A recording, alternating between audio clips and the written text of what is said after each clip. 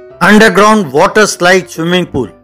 एक गांव में वीरेंद्र ठाकुर नाम का एक धनवान रहता था। उसका एक बेटा था, उसका नाम था जयेंद्र ठाकुर। एक दिन वीरेंद्र ठाकुर बिजनेस के काम से विदेश जाते हुए राम सिंह नाम के व्यक्ति को परिचय कराते हुए, देखो बेटा, इनका नाम है राम सिंह। जब तक मैं विदेश से लौटता हूँ यही तुम्हारे मैनेजर हैं। तुम्हें जिस चीज की भी जरूरत हो यही प्रबंध करेंगे। ठीक है पिताजी, आप विदेश से जल्दी लौटिए। बाय। वीरेंद्र ठाकुर चला गया। देखिए छोटे ठाकुर, आप स्कूल जाने के लिए तैयार हो जाइए।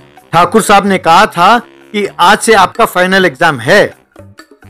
देखो राम सिंह, मुझे कभी भी छोटे ठाकुर कहकर ना बुलाना, हम किसी से कम नहीं। एक और बात, मैंने एग्जाम देने के लिए तैयारी नहीं की। अब एग्जाम लिखूंगा तो जरूर फेल हो जाऊंगा, इसीलिए आज से मैं स्कूल जाना बंद कर रहा हूँ। तब राम सिंह मन ही मन में, इतनी छोटी सी उम्र में इतना तेवर, इसके पास मैनेजर का काम करना बहुत मुश्किल है, पर ठाकुर साहब के लौटने तक तो करना होगा।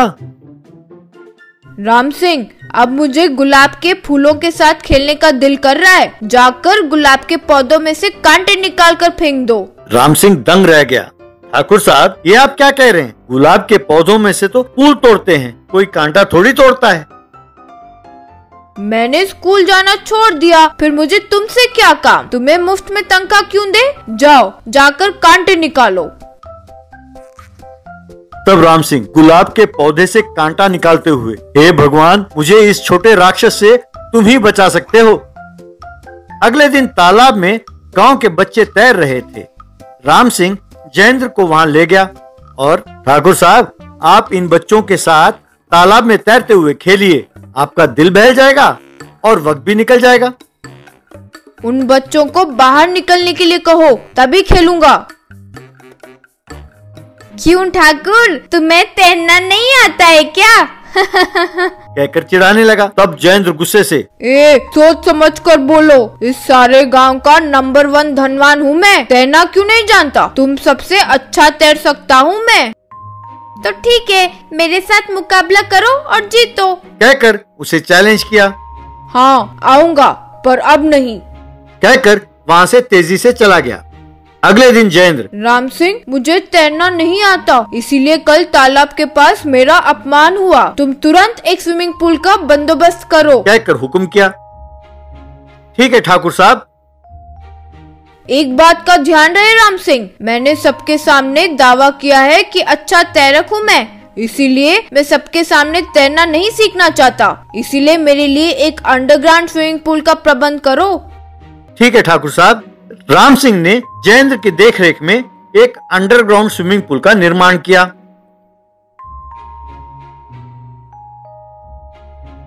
मुझे पानी में उतरते हुए डर लगता है, एक फिसल पट्टी का प्रबंध करो राम सिंह। तब राम सिंह ने एक फिसल पट्टी का प्रबंध किया। जयेंद्र के उस फिसल पट्टी पर बैठते ही अंडरग्राउंड स्विमिंग पूल में फिसलते हुए जाने लगा। यूं ठाकुर अंडरग्राउंड स्विमिंग पूल में इधर उधर चक्कर लगाने लगा। यूं कुछ दिन इधर उधर चक्कर लगाकर, ये मैं तैरना सीख गया हूँ, कहकर चिल्लाया। एक दिन जयेंद्र राम सिंह के साथ तालाब के पास गया। वहाँ गांव के बच्चे तैर रहे थे। वहाँ जाकर, क्यों रे पहलवान, तुमने मुझे चैलेंज किया था ना, मैं आ गया हूँ। तुम्हें हराकर मैं ये साबित कर दूंगा कि सिर्फ धन में ही नहीं, दम में भी मैं तुमसे आगे हूँ, कहा। अकड़कर मुकाबला शुरू हुआ। जयेंद्र और वो लड़का दोनों पानी में कूदे। वो लड़का अनायास ही तैरता हुआ चला गया, पर जयेंद्र पानी के अंदर डूबा, फिर ऊपर उठा, फिर डूबा और ऊपर उठकर, मुझे बचाओ, मुझे बचाओ, मैं समझ गया हूँ कि मुझे तैरना नहीं आता। तब वो लड़का जयेंद्र को पकड़कर किनारे पर ले आया और उसे बचाया। मेरी जान बचाने के लिए धन्यवाद दोस्त। मैं धनवान होने के घमंड में सोचता था कि मैं सबसे उत्तम हूँ और किसी में नहीं हार सकता। मैं समझ गया कि खुशी हार या जीत में नहीं, साथ मिलजुल कर रहने में है, सीखने में है। आप सबको मेरा धन्यवाद। एरोस्टेस। मालेगांव नाम के गांव में दीपक नाम का एक लड़का एक दिन सवेरे सवेरे न्यूज़पेपर लेकर भाग रहा था। वो खुशी खुशी घर जाकर अपनी माँ से, मम्मी मैं 10वीं पास हो गया, सारे गांव में मिठाई बांटते हैं। धत, शर्म नहीं आती? 10वीं में 10 साल लगाकर मुश्किल से पास हुआ है और ये बात पूरे गांव में बताकर अपनी बेइज्जती कराएगा। 10 सालों में तुम्हारे पिताजी ने 30 फसल उगाए। तुम्हारे साथ पैदा हुई पड़ोस की लड़की दीपिका एयर होस्टेस बनकर महीने में 10 देशों की सैर करती है, जानते भी हो? कम से कम उसे देखकर तो शर्म करो। बाद में दीपक ने दीपिका को नौकरी पर जाते हुए देखा। अरे वाह, ये कितनी लकी है, हर रोज प्लेन में घूमती रहती है। ये और मैं एक ही दिन एक ही समय पर पैदा हुए, पर मेरी किस्मत ऐसी खोटी निकली। यूं सोच रहा था कि उसे एक उपाय सूझा। उस दिन रात को दीपिका के घर में घुसकर उसके सर्टिफिकेट चुराया। अगले दिन एक लड़की का वेश डालकर फोटो खिंचवाया। फिर आधार कार्ड में अपना नाम दीपक की जगह दीपिका कर लिया। फिर उन सर्टिफिकेट्स को लेकर नॉन स्पाइसी जेट एयरवेज के इंटरव्यू के लिए गया। मैनेजर ने उन सर्टिफिकेट्स को देखा और रेज्यूम को देखकर एजुकेशन, ट्रेनिंग और सर्टिफिकेट्स तो ठीक हैं, पर शक्ल ही जरा अजीब है। उन मूंछों को निकाल देते तो अच्छा था ना? दीपक लड़की की आवाज में। वे मूंछें नहीं है सर, वे टैटूज हैं। सिंगापुर एयरवेज में जब मैं काम कर रही थी, उन्होंने कहा कि कंपलसरी है, इसीलिए टैटू करवाया। यूं दीपक एयर होस्टेस की नौकरी में लग गया। पहले दिन फ्लाइट चढ़ते समय सेल्फी लिया।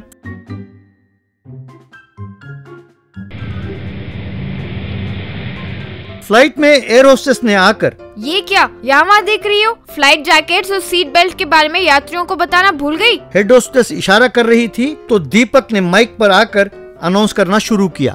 यात्रीगण कृपया ध्यान दें, आपके कुर्सियों के नीचे जैकेट्स है। फ्लाइट को आग लग जाए और आपके जैकेट्स फट जाएं तो इन्हें पहन लेना। इसके लिए कपड़े और स्टिचिंग चार्जेस वसूल किए जाएंगे। ट्रैफिक पुलिस के आदेश के अनुसार सभी को सीट बेल्ट बांधना होगा, वरना प्रत्येक को 1000 रुपए जुर्माना लग जाएगा। खिड़की से कोई हाथ बाहर न निकाले। सब परेशान हो गए।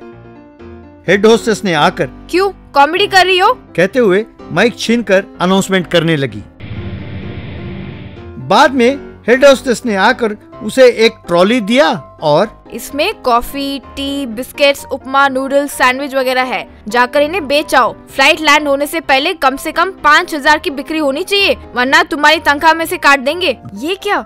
मैंने सोचा एयर होस्टेस मतलब मजे से फ्लाइट में कॉफी और कोल्ड ड्रिंक्स पीते हुए बैठूंगा, पर ये तो बस स्टैंड में पॉपकॉर्न बेचने वाले की तरह बना दिया है मुझे। ऐसा उसने सोचा।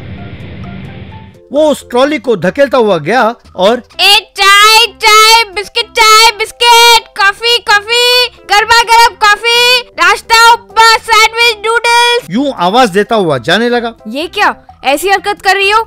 ये एयरबस है, तुम्हारे गांव की बस नहीं।